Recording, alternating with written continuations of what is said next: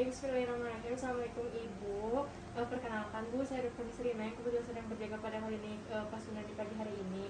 Jadi Ibu di sini saya akan melakukan pemeriksaan fisik terhadap anak Ibu yang tujuannya ini untuk mengetahui gejala-gejala dan menyimpulkan diagnosis serta pengobatan yang akan diberikan kepada anak Ibu. Apakah Ibu bersedia? Bersedia, Dok. Baik, silakan Ibu ke ruang pemeriksaan. Baik, Bu.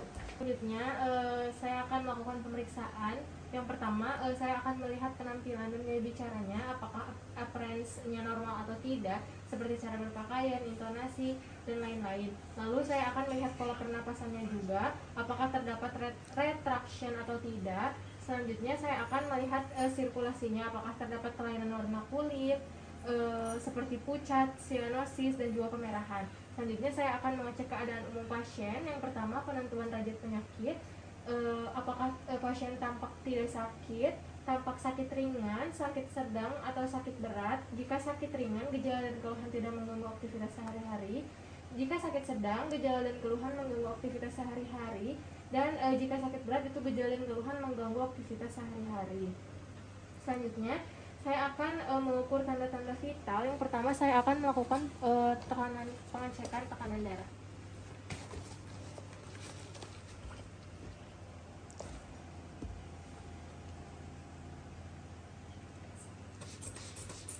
Di sini pasien tekanan darahnya normal. Selanjutnya puls, saya akan meraba pada pergelangan tangan pasien, melihat frekuensi, volume, serta equality. Untuk respiratorinya saya akan melihat frekuensinya, dan saya akan mengecek suhunya. Kita tempatkan di aksila pasien. Di sini suhu pasien normal. Lalu saya akan melihat pada kulit pasien apakah terdapat ruam, edem seperti tender, non-pitting. Nah, saya akan melihat kepala pasien. Perhatikan sebaran tekstur rambut pada pasien, apakah terdapat squama bersisik pada kulit kepala. Nah, selanjutnya saya akan melihat pada wajah pasien apakah terdapat edema, lipatan infraorbital Denny Morgan, allergic shimmer, itu terdapat bayangan gelap di daerah bawah mata, serta saya akan melihat mulutnya apakah open mouth face atau tidak. Serta di sini pasiennya meringis atau tidak. Selanjutnya saya akan memeriksa mata pasien, apakah ada sekret seperti seros, mukoid, dan lain-lain. Lalu palpebre seperti edem dan lain-lain. Lalu konjungtiva bulbinya berair atau hiperemis, konjungtiva tarsal eversionnya apakah terdapat edem, hiperemis, dan lain-lain.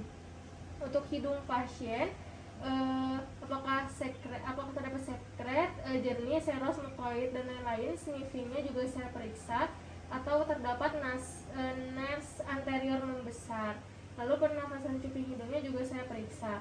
Lalu konka warna ungu keabuan menggunakan nasal speculum. Nah, selanjutnya saya akan memeriksa mulut memakai tongue petal. Apakah di bibirnya terdapat edema, warnanya berubah seperti siarosis atau kemerahan. Lalu edge palate atau palatum yang meninggi.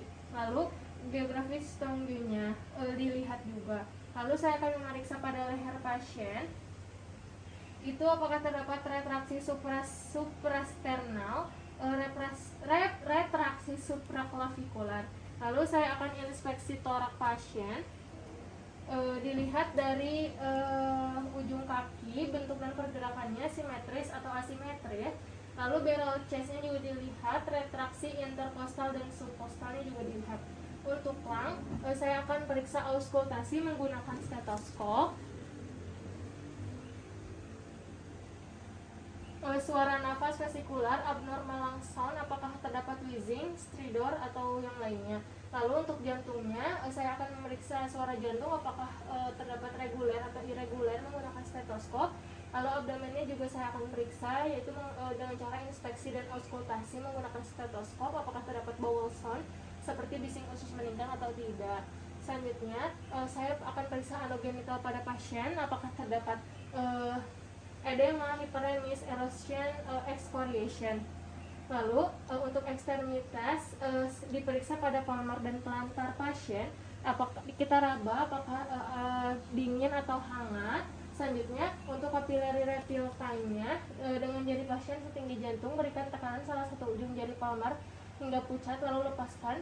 Lakukan pengaturan waktu jeda hingga ujung jari merah muda, penunda lebih dari 2 detik berhubungan dengan perfusi yang buruk. Baik, alhamdulillahirabbil alamin, pemeriksaan. Alhamdulillahirabbil alamin, pemeriksaannya telah selesai. Assalamualaikum warahmatullahi wabarakatuh.